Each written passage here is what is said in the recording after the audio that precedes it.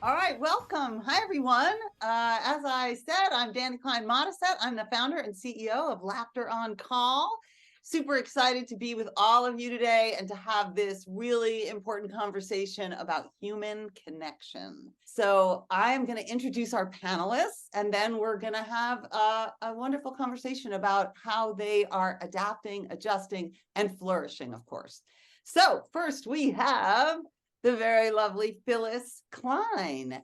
And Phyllis joined Capital One in April of 2019 as a senior vice president. She's head of agency production. Phyllis is responsible for the originations of Fannie Mae, Freddie Mac, and a FHA.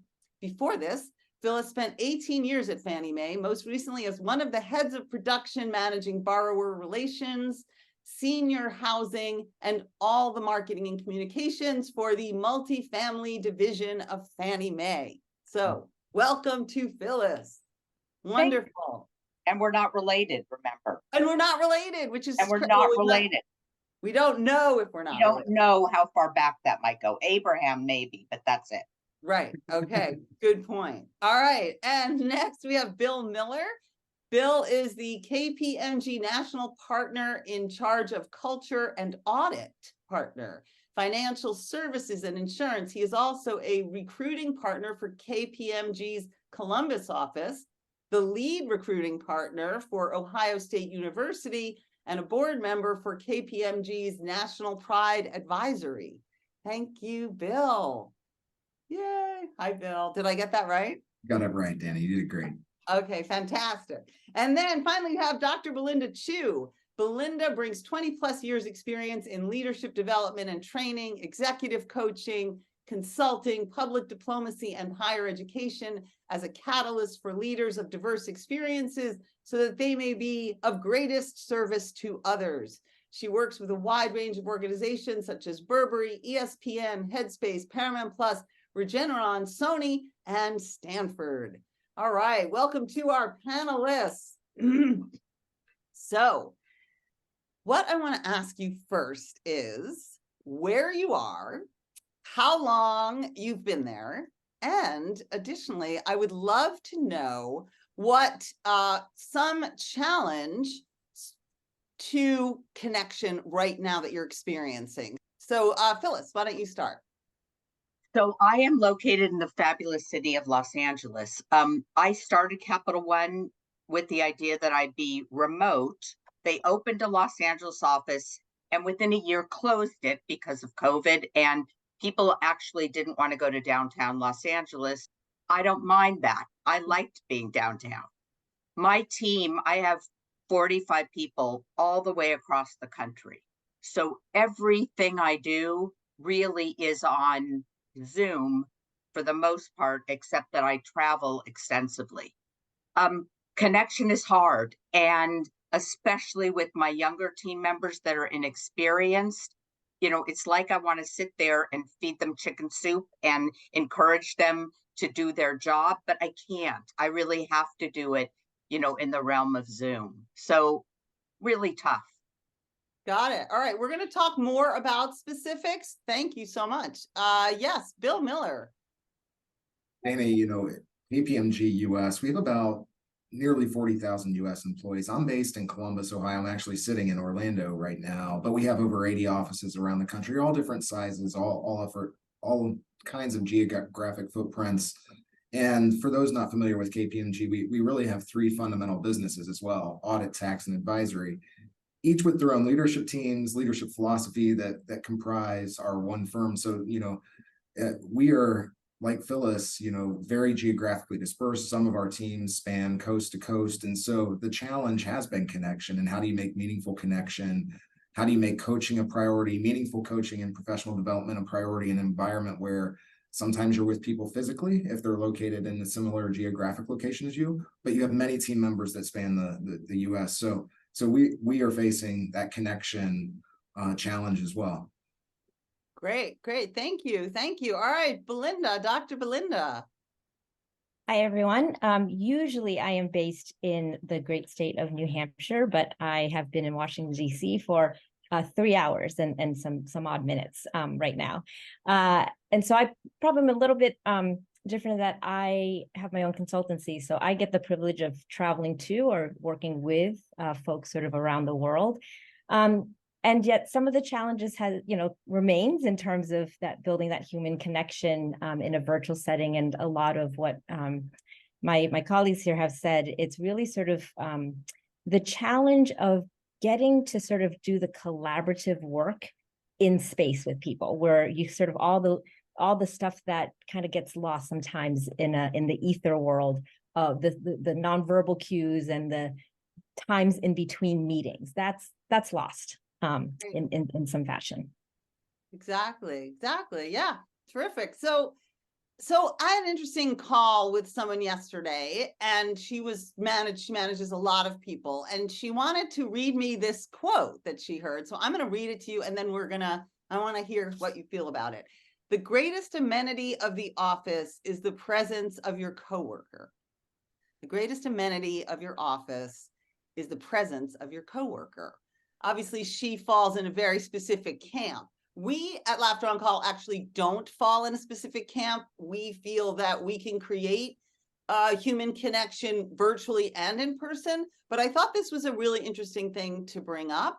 And so I'd love to know your feelings about the amenity of presence, if you will, and any specific things that you're doing to support how you feel about that. So let's see, Bill, why don't you jump in with that?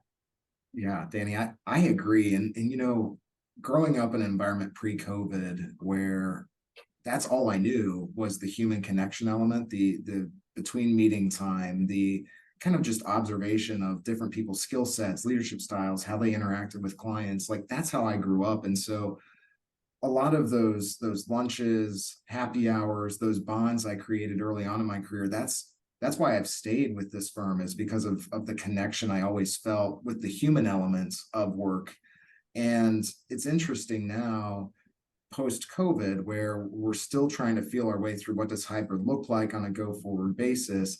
People that have started with the workforce since COVID, they've never known that reality. And so I feel like we sometimes talk past each other because my reality of how I grew up in the firm is not the reality that they've experienced at the firm. So when I make a comment like the importance of human connection or being in the office and those ties that bond us together, I don't think it resonates perhaps with our younger professionals because that simply hasn't been their experience. And so we've got to help create those shared experiences, make those moments when we're in the office together very purposeful, that it's not just haphazard, go to the office, but there's meaning to going to the office and being together so that they hopefully can feel the real power of connectivity through those in-person days if it's a particular day of the week.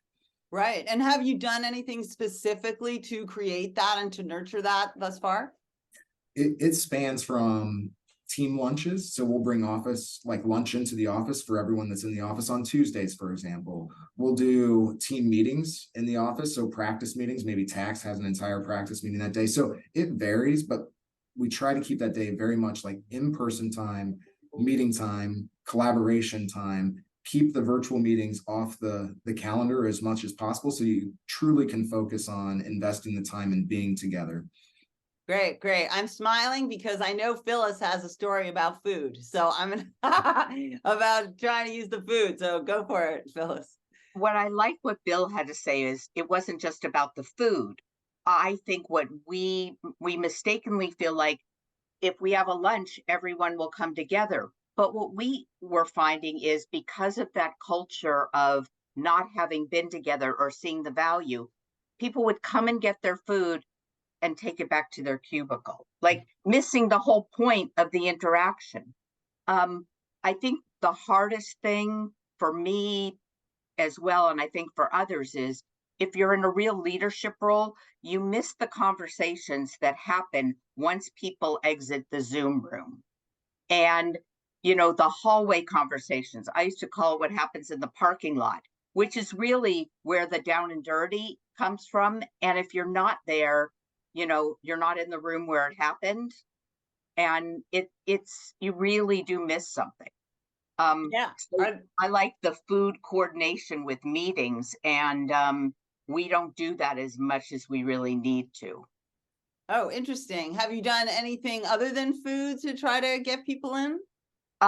We just did an event at Chelsea Piers, like Olympics, and that was great. Yeah, of course it involves alcohol, because why shouldn't it involve alcohol at the end of it? But yeah, activities I think are better because it's joint, it's togetherness, it's funny. So that's really helped. Yeah, totally. Obviously, we stand by that, right? Shared laughter. We really Yep. do believe that laughter is the shortest distance between two people. So if you can get people laughing together, they're that much more likely to make that call, ask for help, etc. So really cool, really cool. Belinda, what's your experience about this amenity, if you will? Yeah, I think, it's interesting. I appreciate Bill and Phil's kind of bringing up this really important nuance about it's not just about sort of having the food or the thing itself, it's how meaningful is it, right? And I've been working virtually for over 15 years, so kind of well before the pandemic. And so part of this was, it's been really interesting sort of seeing the transition where the world also now is more virtual. And what's really fascinating, I think, and important for us to remember is about that presence. Because the quote that your colleague sent you, I was like, wow, it's a great workplace that they appreciate their colleagues. But that idea of presence, it's not just the gift of other presence, but I think a lot of it is that we've lost the ability to actually be present, whether it's in person or virtual. So sometimes it's not even the medium by which we're interacting, but it's how are we creating and cultivating spaces, kind of, Phyllis, like you said, sort of that the parking lot kind of conversation, like are we even present enough to actually show up? Because I don't know about you, but so many times we show up to meetings and I mean, it's like the meeting starts at 4, I'll be there at 4:01, and then you're immediately kind of asked to jump right in. And so then it becomes, again, very transactional. So for me, it's about sort of that presence, not only each other's presence, that gift, but our presence as well, is whether I'm on a Zoom call or whether I'm actually, in the room eating with everybody, am I actually present to connect with that person at a meaningful level? Yeah, that is such a great point. I always joke, now when you have a meeting and it's scheduled for 1 o'clock and someone comes in at 1:02, they always say, I'm so sorry I'm late. I'm so sorry I'm late. And that always makes me laugh, because like, when as real people would you walk in at 1:02 and say and do a whole apologia about being late? But we're so conscious of the clock, and also there's such a pull to get off. Can I just get off? And that is definitely something that I've talked about too, about just creating the space for people to be there and to listen to each other and to have a human moment. I love that you said these calls end up being so transactional, and that I do think that comes from leadership being able to set a tone where it's okay for us to have like inside jokes. That's something I read about. Like, inside jokes for teams are actually really valuable because they're a shared kind of, you got to be in the game, to have a shared laugh about it, and a sense of belonging is really so important.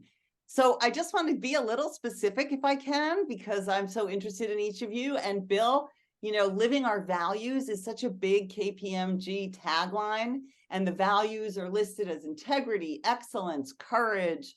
We love courage. Comedians big on courage, because we're always being told it's so much courage. But even more than that, together for better, right? Together for better. So there's a real emphasis on this unity. And I know you've done an offsite recently where everybody was together. So I'm just curious, like, for each of those values, like, are there any specific ways that this is communicated to your teams? This is now my job, Dani, is all about embedding values in every one of our processes and making sure it's front and center in our decision-making processes, in our leadership, and how we lead. So as I think about connectivity and return to work, this has been a topic. It really covers a lot of our values. People have very wide-ranging views on this topic, and we have organizational complexity and management complexity to also, I'd say, be very diplomatic and like managing those points of view. So for example, our tax business, they decided to come out with a tax together policy, which meant, hey, tax people, we expect you to be in the office every 2 to 3 days a week. Just bright line in the sand, across the country, unilateral, right? But our advisory and our audit practices are probably a little bit more, okay, we trust you teams to make the decisions that are in the best interest of your people and your teams, but we want you to purposefully be together as much as possible. And so I think, as I think about our values, it's really trying to enable our leaders to lead with empathy. And when I think of together, I think of inclusivity and being thoughtful about what's in the best interest of everyone on the team. And so we're trying to give as much latitude to our people as possible. This notion of together is all about how we think of inclusivity and what's best for the team and what's best for our clients. And so it really creates a wide variety of what hybrid work looks like, depending on each team's facts and circumstances. Is there like scheduled time where you can, if you're not in the office, you can schedule time to talk with a team leader or manager? And absolutely. Yeah, there's usually, if you're in a hybrid, the great gift of COVID was now our resource model that used to be very geographic dependent. So if I had a client in Columbus, my team was generally Columbus based. Well, throwing COVID, now we could resource engagements depending on where staffing capacity was, irrespective of their geographic location. So coming back to an in-person environment post-COVID, we're not in the same position as we were pre-COVID, where we had geographic concentration of teams. So what we've tried to do is create very, very clear expectations in terms of how the team is going to communicate, whether it's going to be on Teams channels, team meetings, what cadence during the week, what's the feedback mechanisms, how are we going to interact, and really get just alignment on how the team's going to operate. I think that's been really critical to success in the hybrid work environment. And for those people that are geographically close to one another, maybe they decide, hey, every Tuesday and Thursday, we do want to be together. So we'll go into the office and be together with that component of the team. And then we have to be very thoughtful about how do we bring in the virtual folks, the folks that are not geographically close, in a meaningful way so that they don't feel isolated. So it's been tricky, and candidly, it's been team by team driven on how best to respond that really creates the inclusivity that drives high performance. Yeah, and how to not make it be so serious. So, right. so exactly. that there's still some lightness around it, like, because adjustment period obviously implicitly has tension because there's change. So how do you keep like sending the message like, hey, it's good, it's going to work out, like, we'll I figure see you. Yes. Yeah, empathy is so important. Like you've got to have the safe space for where people can raise their hand and be like, this ain't working. I'm not getting good feedback. I'm not getting good development. So I mean, creating the safe space where people have a voice and a mechanism to elevate the voice has been absolutely important. Right. So that's it's not to be a thumper of Laughter on Call, but that's so much what we care about is like a specific type of humor, right? Affiliative humor that makes people feel better when they leave us than when they came on, right? Nothing aggressive. Yeah. And I love that you brought up empathy, because we talk a lot about the difference between empathy and sympathy, right? So yes, Belinda, it feels like you want to talk about that, please. No, I love, Bill, that you sort of mentioned that, and it's almost like there's the way and the how and the what, right? And I'll sort of encourage us actually really thinking about it. It's actually moving also beyond empathy, and it's really with compassion, right? So when you think about sort of empathy and compassion, they actually do operate in different parts of our brain, but compassion allows, Bill, what you're just talking about is empathy in action. And it's that ability to actually address the good, the bad, the ugly, so we can face some of the hard things, because it's not always cheery in what we're doing, right? In the workplace, sometimes they're really heavy emotions and things as different organizations go through change.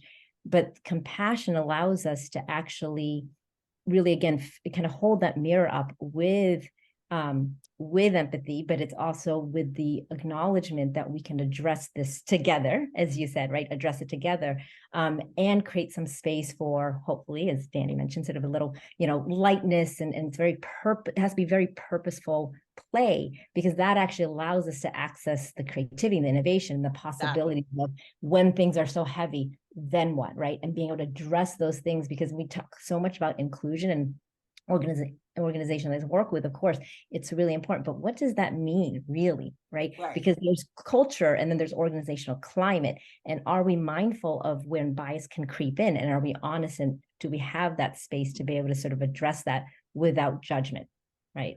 Yeah, So. yeah, fantastic.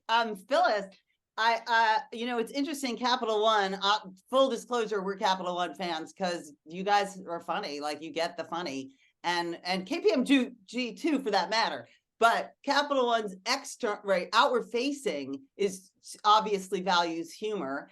And then your mission statement is we want to help our customers succeed by bringing humanity, ingenuity, and simplicity to their everyday banking experience, which I think is fantastic. I am curious if inward facing, there's a focus on bringing humanity to the people who keep the company going as well.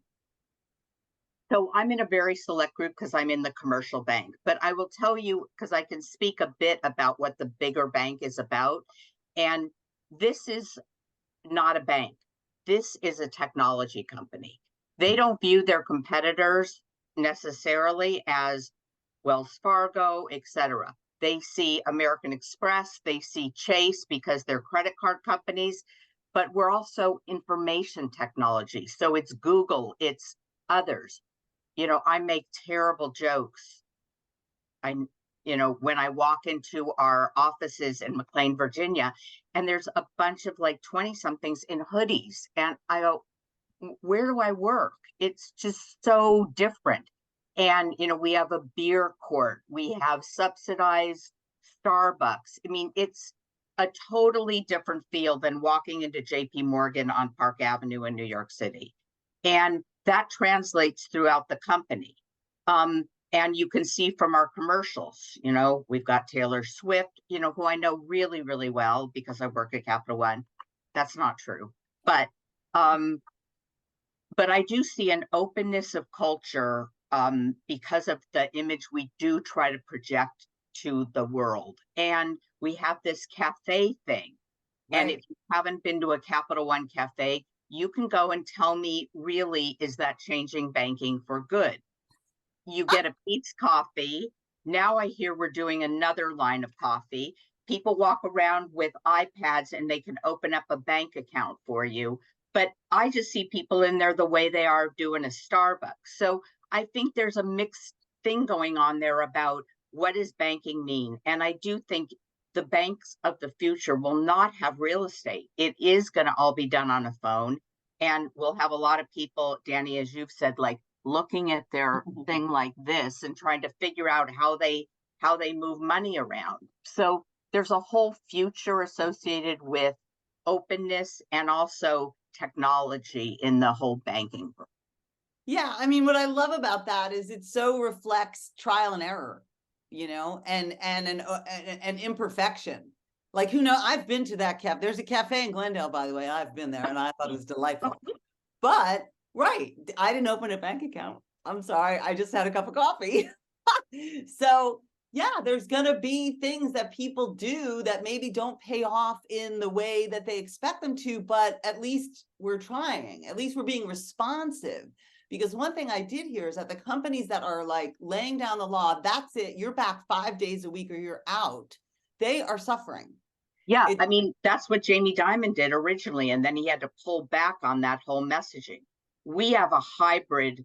We make suggestions. It's suggested that you're in 3 days a week, and of course you swab your card or whatever it is, and whether they're looking at it or not, but it isn't a requirement yet. So we'll see. Yeah. So, Belinda, you talked about compassionate leadership, which I love. And I know that's along with purposeful play. Like, this is all part of the work that you do. And I'm wondering if you could share with us, like, what does that mean actually? What is compassionate leadership? Yeah, I mean, there's a lot of different ways to look at it. The way I think about it, it really requires sort of 3 main things.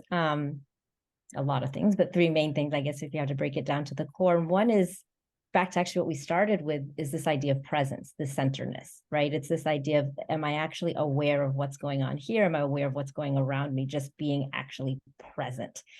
Because if we're not there, we actually can't see what's actually happening, or willing to actually accept what's happening, not just see it, but actually accept. And accepting does not mean that we agree with what's happening, by the way, right? It's just simply acknowledging it. And I think the other component there, the second piece is having courage, kind of back to the stand-up world, the stand-up comedians, right? But there's a great courage. And Bill, you mentioned this earlier, the courage to actually sort of say, hey, this isn't working, right? Is this a space where I can actually sort of share and take risks? And, without that fear, right, of that means, I'm in trouble. And that doesn't give us permission now, by the way, in terms of saying whatever we want, because we do have to be accountable for our words and our actions and our behaviors. But having that courage, right? And that courage also allows us to actually, just as you said, Phyllis, right? Trying it out and seeing what happens, right? Which leads to the third piece, which I look at it, which is curiosity, right? Not just curiosity about sort of the other person or the issue that we're sort of thinking, but just curiosity and the willingness to sit in the unknown, the willingness to sit in the known and then figure out how to co-create that together. Because in that space, so that's why sort of when we're thinking about working from, is it hybrid, is it not hybrid? I think Phyllis, you mentioned, it's like that, it's having agency. Right? Are we giving people options or that sense of agency so that we can think about how we show up with presence and courage and curiosity? So again, the medium, how it's structured is very important, of course, right? There needs to be sort of shared norms and shared ways of being, but also sort of understanding, like when we're talking about inclusiveness, again, what does that mean? Because it looks very different for different people across. Yeah, I think I said to Dani, we're in a hybrid environment, but you have hoteling space. No one has anything permanent. So as you said, Belinda, how does that make you feel about your stability, your ownership, your culture, if I can't leave a picture on my desk? Because it's not really my desk. Phyllis, can you clarify for people what hoteling, like what that means? So what it basically means is you come in every day and you put your computer someplace. You do not have an actual place to sit. I think that in some locations we have lockers, so you could put your things away in a locker, but no personal items. You have to clean your desk every day. And that face, Dani, I mean, it's not the greatest, Well, it doesn't give you a sense of place or a sense of belonging. So there you go. And so why come in? Why does it matter? And again, I have heard consistently that for the younger generation, it's really, first of all, I can't believe there's a generation younger than me. What happened? But aside from that, no, but truly they don't have the experience of community and a sense of belonging. And so of course then, that gets into keeping people and all of that. So it's a challenge. I did want to just mention one thing, Belinda, about the compassion and leadership, because, I love to talk to people about the difference between empathy and sympathy, right? Which, it's one, as a leader, it's one thing to say, I'm sorry you feel that way. And it's another thing to share, some of your own vulnerability also. I empathize, I've had this experience. And of course, again, that's one of the pitfalls of not being in community, is leaders don't have that option to share of themselves and say, hey, I see what you're doing there, and this was my experience and I understand. You really kind of siloed as people. Thank you. I'd love to ask kind of a fun question of like, what's the most controversial suggestion that anyone's made for getting people back or creating some kind of connection? The most out there suggestion. I've heard some people suggest correlating return to office statistics with performance and compensation.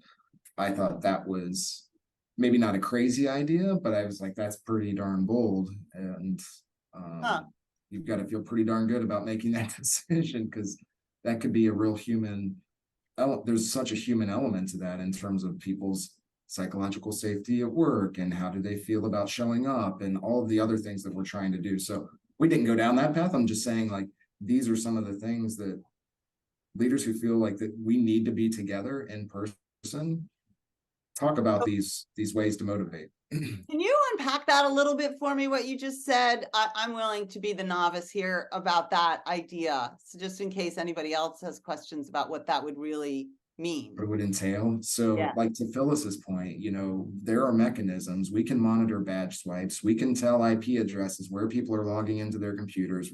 We have all this information. We know where you're working. And that can all be correlated to performance metrics. So if leadership would like to say, we think you need to be in the office 3, 4, 5 days a week, there are mechanisms to track and monitor that and tie it to people's performance and compensation. That feels like Big Brother to many of us, right? But I'm just saying, you're asking for crazy, what I think are crazy ideas. Like, this is, you know, one of those that I've heard that I'm like, heck no.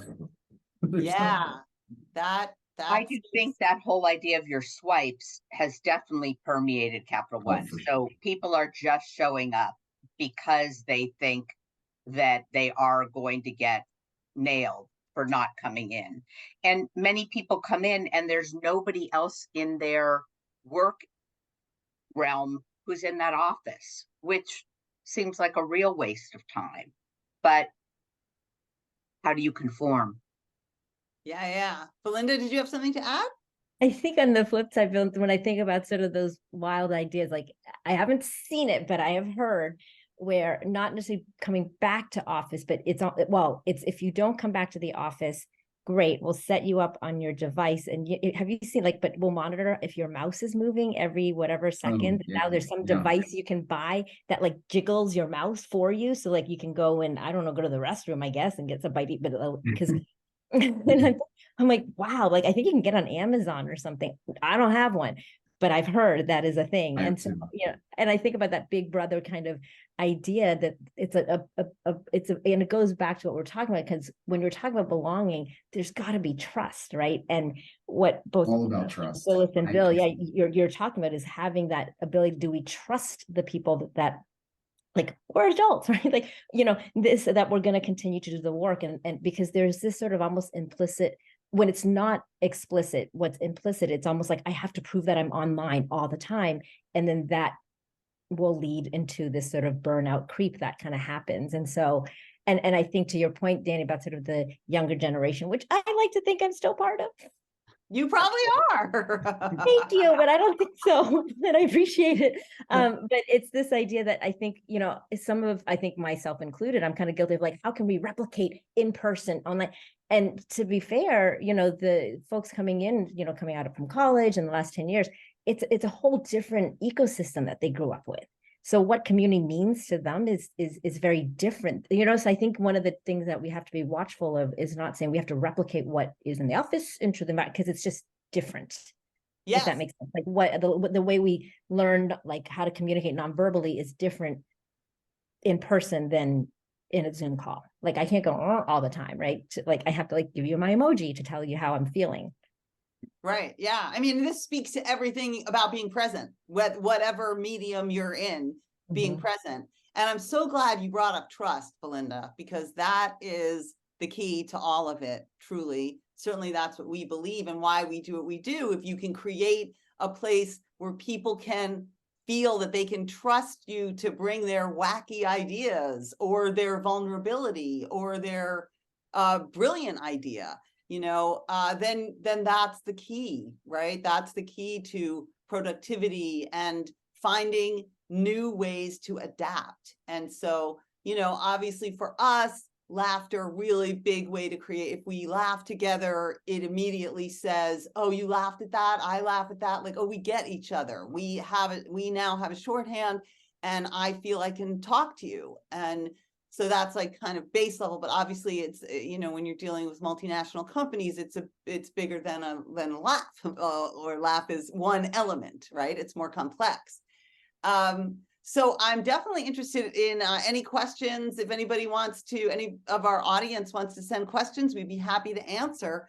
I would love to, we've kind of pulled apart, teased apart the negative, you know, and I would love to hear, because you're all smart and creative, like, okay, so what do we do? What's next? You know, what if you could do anything to help, what would be some of your ideas that you would contribute? Belinda, were you going to answer? Yeah, well, I was just actually noticing a comment in the chat box about coffee badging. That's really interesting, where they are tracking badge types where they come in, get credit, and then leave after coffee. It's like, Oh, yeah. that you're like, yep, we see that all the time. Fun. Yeah. I mean, I think one idea that I've been toying with it, and this is recent, a dear friend has created this this way of entering into Zoom meetings or a Teams meeting or any virtual meeting, and he doesn't know I'm. So shout out to you, Heyman. So I've been using this for the last 6 months, and it's like you enter, like if you set a meeting with me, for example, you actually, instead of jumping into Zoom, it kind of puts you into this foyer, and there's like trees and I don't know, just I like the nature pictures, and there's like birds chirping, and it's literally like you gotta wait. And then when I see that you've joined, then I switch you over to whatever the conversation is. And what I'm still, I had to kind of get over my own thing, because I was like, oh my God, I'm making someone wait for a minute or 2 minutes, or they're confused to get on. But what I've really found is it's been a few months now, is that people come in much more relaxed, because you can't do anything but like wait for, like, there's some trees, some birds chirping, and then you have to wait for you to like transition to Zoom. And just, it's such a tiny thing, but it's that moment, it's like a forced moment to pause. And so it's a tiny thing, but again, then it kind of, and it stirred up a conversation. Oh, that was nice. What was that? And then instead of jumping to the conversation, it's just that moment of human connection. Yeah. So we have a question that just came in. How do you manage community building with international offices where teammates might reside on 3 or 4 different continents and have different working hours? I know that Belinda can speak to this, and I can also tell you that we've run a lot of international events, and so it just requires being sensitive to time zones, but what we do is not pop culture based. So everything is created in the room. And so you're kind of getting a contribution from all these different countries. And so it's a bird's eye view and a way to connect, which is really fantastic. But Belinda, I think, just came off of a gig with anyway, I'll let you speak, Belinda. Kirsten, I'll be very brief and let Bill and Phil. Yeah, for about a year, I was working with 61 different countries. And so there were 19 time zones. That was kind of hard. So that was one where, and part of it was cultivating community. And there was, we had we alternated between like program meetings, like something that was content based and something that was just about connection. So, it seems silly, but it does work, right? Just, games. We did a mystery game together. We did, an open mic night /day, depending on where they were in the world, bring your own food, and a lot of just prompts that allow people to tell their story. Yes. Right. When we talk story, that and there's some really good simple icebreakers you can do that goes beyond, and it's not cultural based, but you learn about someone's culture and background. And so it's the kind of conversation that doesn't even need to take a whole session. It could just be 5 minutes, 10 minutes. So Yes, exactly. I mean, full disclosure, Belinda has worked for us and she has also run our DEI session. So we're very like-minded, purposeful play, totally agree. And that is how you get people to create the culture of the whole company, is by sharing different specifics, and usually through play or games, about their own culture. So that's lovely. Bill, did you want to say anything about that? Yeah, I think that's such a great example, Belinda. And I think of that too, even, that's really not even time zone agnostic. I think you could do that in the United States for just geographic dispersion. Here, we tend to do that. Team meetings, like, very focused on business work, but intersect with team meetings that are all about connectivity, learning people's stories, trying to find the ties that bind. So I think that's really, something you can use regardless of your geographic dispersion. Yeah, I love storytelling. That's another coaching tool that we have, is getting people to tell their story authentically, because so much of this is about again, the trust, that creates the safe space that allows people to speak authentically about who they are. And so I love that idea. Phyllis, do you have anything to add here? Well, since most of my company is based on the other coast, I really have a lot of 5:30 a.m., 6:30 a.m. calls. There's very little, the West Coast. What are they all about? They'll get up early. So there isn't a lot of sensitivity. However, it does force the issue of how you manage your time, teaching them about what that means, like 5:30, not so good for me. 6:35, not really awake at 5:30. But it is just that whole sensitivity issue, I think, is missed through a lot of things. I would say, though, on the standpoint of we used it in COVID a lot of anytime we were having an outside speaker, they had to create a page with pictures about who they were and then talk about it for 5 to 10 minutes. And it was, what's your vacation? How many kids? No kids, here's my dog. And it did create a whole human aspect to every individual, and every member of our leadership team had to do it. And So, were they doing that prior to virtual? That was no, it no. started in virtual. Right. Interesting. Yeah. All right. Well, before we sign off, I would love to hear from each of you something that you feel hopeful about with respect to all this. I would say that I'd like to see more of the culture and norms come back, because I'm elderly compared to Belinda and Bill, but the whole idea of walking into the office and just saying good morning, we forgot that. And I do it every time I have to walk into one of our offices. Good morning. How is everybody? We lost those norms of having to be a person as you walk in. Instead of, I had a really introverted boss who'd always walk in being on the phone because she didn't want to talk to anybody. I don't think she was really on the phone, but she was so afraid of interacting. But I do it every time. We have a group of college folks that are sitting there, and I make them say, hello, all good. That stuff makes me hopeful that there's learning going on about what's a good behavior when you walk into a new place. Yeah, that's fantastic. And isn't it also possible to do that in a virtual meeting? Like you don't have to wait until you're in person for companies that are hybrid. You can take those few moments right at the top. So I think that's really lovely. Bill? One of the things I've actually, I can't say I loved about COVID, but this whole notion of virtual working and now hybrid and whatever that looks like going forward, I just think it creates opportunities for all of us to extend skill sets, to extend our client reach, to maybe even broaden, our teams and our geographic reach and the diversity of perspectives we bring to our engagement team. So I love what the future looks like in terms of creation of opportunities for people that are at the firm, or even, new opportunities for underrepresented talent outside of the firm that may not have previously had as much access to our geographic locations of where our offices are located. So I just think that's a real optimistic future in terms of talent and opportunities. Cool. Belinda? Yeah, I +1 Phil, if I had my little emoji, I'd +1 Phyllis and +1 Bill. It's sort of like someone actually just said in the Q&A, people just want to be heard, right? We want to be heard because when we're heard, I'm safe, I belong. And so I think I'm really hopeful, and I see this more and more, is that and with this sort of hybrid world, it's that we have the more possibility to really understand each other on a much deeper level across communities, across cultures, across groups, across silos. And it's forcing us to rethink what work actually means. We've known it's not this anymore, but now it's like you don't actually have a choice. And beyond sort of this is this sort of real need and craving and yearning.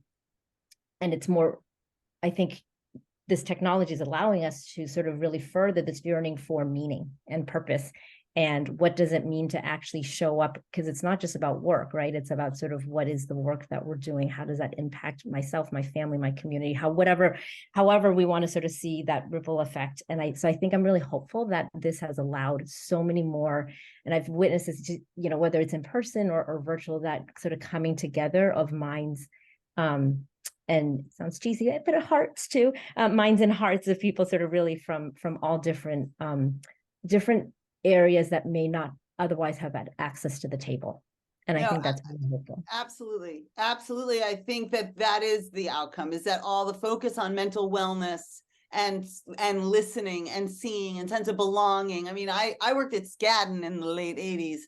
And let me just say, there wasn't a lot of conversation about mental health. Skadden Arps, that is, folks. Great place, but I'm just saying it was rough. And so that this has become an outcome of a very traumatic time for everyone, is the bright light. So there's one more question before we go. With hybrid workplaces, have you changed how you think about hiring and team chemistry? Great question. I think the opposite. I think culture and whether you're a good fit culturally makes even more of a difference, because you don't have the day-to-day interaction. So, you know, the way you treat other people on Zoom, the way you treat people through email, on the phone, becomes even more significant because they don't know you and may not be able to get to know you. Much more important. Interesting. Bill? I agree with Phyllis on the culture and values like that's had to take front and center stage in this time. I think in terms of our hiring breadth and philosophy, that certainly has evolved. Looking for skill sets and even geographic footprint and location has become less relevant. So that element of it definitely has changed shape since COVID. Yeah. And have you observed anything, Belinda, in your travels, government and I think, yeah, one thing about sort of that, and I agree, sort of feels just about sort of how we kind of have to do, in some ways, translate different ways of being, right? Like, and the good mornings and all of that. And it's really, I think what I'm seeing more is organizations are really looking more for, like, it's what Patagonia does, is what's a cultural add versus a cultural fit, right? Because what does it, you know, is where are you bringing a perspective or a different sort of way that fits in, but it's not fitting in terms of like assimilation, but really kind of, are you adding to our culture? And I think one thing that just to be, the thing that we have to think about in changing, especially onboarding, is what I'm noticing is really sort of the importance of onboarding folks into this world where, and not assuming that because it's harder to catch those shared, like those inside jokes and those, you know, all the acronyms that an organization might have. It's like, I don't know what that means, because we know there's proximity bias. If I don't see you, you're not there. And so I think we have, when on the onboarding phase is where I think it can go left or right, or which direction. Yeah. I'm really conscious of that fitting in, you know, that it's not about fitting in, it's about belonging, being who you are, and then belonging as you are. So I love that. And it seems like an appropriate note to close on. So thank you so much for being thoughtful and bringing your hearts and minds to this. I really do appreciate it. And I thank my team that worked to put this all together. If you have any questions about bringing levity and laughter and human connection, I hope you reach out to Laughter on Call. And we hope to see you again at our next webinar, which will be November 16th. And we'll be talking specifically about the senior space, our roots. So employee retention in the senior space. So thank you so much. Thank you, Phyllis. Thank you, Bill. Thank you, Belinda. It's been wonderful. And let's play some music and get on out of here. Thanks, Dani. Thank you, Dani. Thank you, everyone. Thanks for creating this thing. Oh yeah, so now you have your own background.